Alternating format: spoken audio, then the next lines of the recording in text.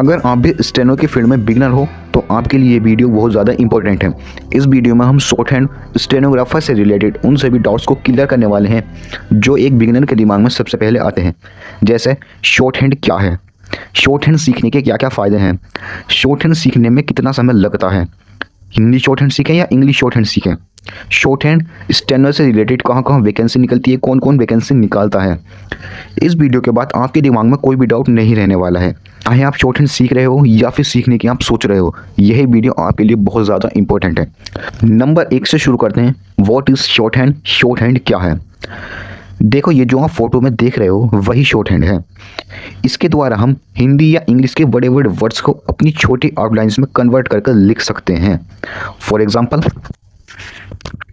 सुभाष चंद्र बोस, यदि हम इसको हिंदी में लिखेंगे तो बहुत बड़ी आउटलाइंस बनेगी और बहुत ज़्यादा समय लगेगा, लेकिन हम इसे शॉर्ट हैंड में लिखने के लिए से भय से सुभाष चंद्र बोस ऐसे हम इसको बना सकते हैं।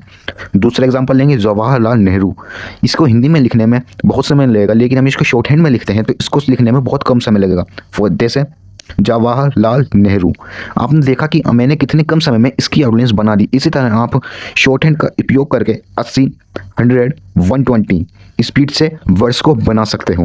हमारा जो दूसरा डाउट निकल कर आता है वो निकल कर आता है कि शॉर्ट हैंड सीखने के क्या क्या फ़ायदे हैं, आखिर हम शॉर्ट हैंड को सीखें क्यों। देखो, शॉर्ट हैंड सीखने के बहुत सारे फ़ायदे हैं। आप स्टेनोग्राफर, पीएस की पोस्ट पर सीधा पहुंच सकते हो शॉर्ट हैंड सीखकर। दूसरा, सीधा मिनिस्ट्री में काम करने का मौका मिलेगा एसएससी स्टेनो के थ्रू। एसएससी स्टेनो के थ्रू स्टेनोग्राफर को बहुत सारी मिनिस्ट्री में काम करने का मौका मिलता है। ओनली 12th पास आउट करके आप स्टेनोग्राफर बन सकते हो। मैं अपने खुद के बारे में बताऊं, मेरी अभी ग्रेजुएशन कंप्लीट नहीं हुई है। मेरा जो सिलेक्शन हुआ है वो 12th पास आउट के बेस पर हुआ है। इसी तरह आप भी अगर 12th पास आउट हो तो आप भी स्टेनोग्राफर बन सकते हो। अगर आपको मैथ से डर लगता है तब आप इंग्लिश को स्ट्रॉन्गेस्ट सब्जेक्ट बनाकर सीधा स्टेनोग्राफर बन सकते हो। कई स्टूडेंट्स को मैथ से डर लगता है तो आप इंग्लिश को अपना सबसे ज़्यादा स्ट्रॉन्गेस्ट सब्जेक्ट बनाओ और शॉर्ट हैंड सीखकर आप सीधा स्टेनोग्राफर बन सकते हो। मोस्टली फिक्स्ड टाइमिंग जॉब रहेगी स्टेनो की। आपको 9 to 5 एक फिक्स टाइम पर ही अपनी जॉब करनी है। ऐसा नहीं है कि वो किसी भी टाइम आपको कॉल करके बुला लेंगे काम के लिए, ऐसा नहीं होने वाला है। मेरा पर्सनल व्यू है, देखो शॉर्ट हैंड हर कोई नहीं जानता, इसलिए यदि आप शॉर्ट हैंड सीख स्टेनोग्राफर बनते हो तो आपकी जो वैल्यू है ऑफिस में वो ज़्यादा होती है कंपैरेटिवली जो अदर क्लर्क हैं आपके लेवल के। क्लर्क या चेस से बनकर आपको ऑफिस में जा रहे हैं, उनसे आपकी जो वैल्यू है वो ज़्यादा रहने वाली है। नंबर 3, शॉर्ट हैंड सीखने में कितना समय लगता है। एक बिगनर को सबसे बड़ा कन्फ्यूजन यही रहता है कि शॉर्ट हैंड का आखिर कोर्स कितने साल का है। आज इसे हम बिल्कुल क्लियर करने वाले हैं। देखो, जो शॉर्ट हैंड है उसकी लगभग मेन जो बुक है वो है 3 बुक। कौन कौन सी? ऋषि प्रणाली जो कि बेसिक बुक है, रामधारी खंड 1, रामधारी खंड 2। ये तीनों बुक भी अगर आप पढ़ लेते हो तो आप इस लेवल पर पहुंच जाते हो कि आपका शॉर्ट हैंड स्किल निकल जाए। जैसे यदि मैं बताऊं ऋषि प्रणाली की, तो इसमें कम से कम आपको 6 मंथ लगेंगे। यदि आप डेली 1 से 2 घंटे इस बुक को प्रैक्टिस कर रहे हो, ध्यान से इसकी एक एक एक्सरसाइज बना रहे हो, सारे शब्द चिन्ह याद कर रहे हो, तो आपको अप्रोक्स 6 से 7 महीने लग जाएंगे।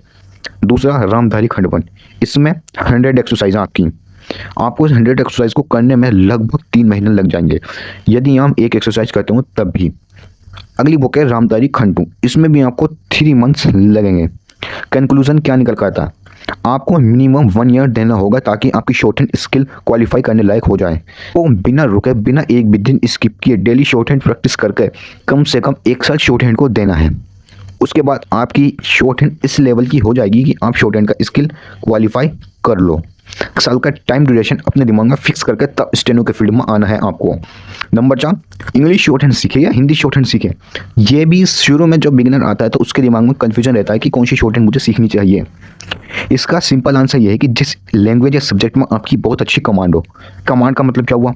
जिसकी ग्रामर अच्छी हो, जिसकी वर्तनी बहुत अच्छी जानते हो आप। यदि आपने लिखा नहीं तो आप नहीं पे बिंदी लेगी, आप जानते हो।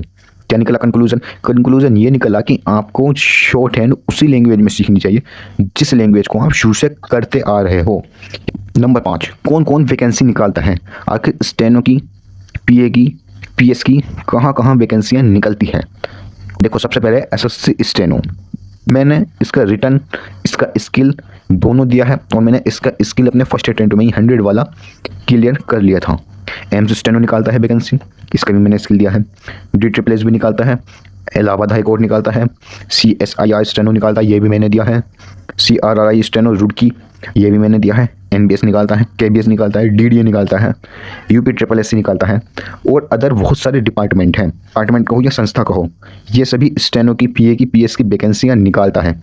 बस आपको पूरी डेडिकेशन के साथ अपने रिटर्न को तैयार करना है अच्छे से और अपने शॉर्ट हैंड को तैयार करना है ताकि आपका स्किल भी निकल जाए। अगली वीडियो में हम जानेंगे शॉर्ट हैंड से रिलेटेड अगले कुछ डाउट्स को, कैसे शॉर्ट हैंड को सीखने का कंप्लीट प्रोसेस क्या है, आखिर एक बिगिनर कैसे अपनी शॉर्ट हैंड को सीखना शुरू करेगा और इस लेवल का लेके जाएगा कि उसकी स्पीड 120 की स्पीड टच हो जाए। पेंसिल से या पेन से शॉर्ट हैंड किससे लिखना चाहिए। नंबर 3, कौन कौन सी बुक्स कंप्लीट करना ज़रूरी है जो मैंडेटरी है कि भाई इन्हें तो करना ही होगा।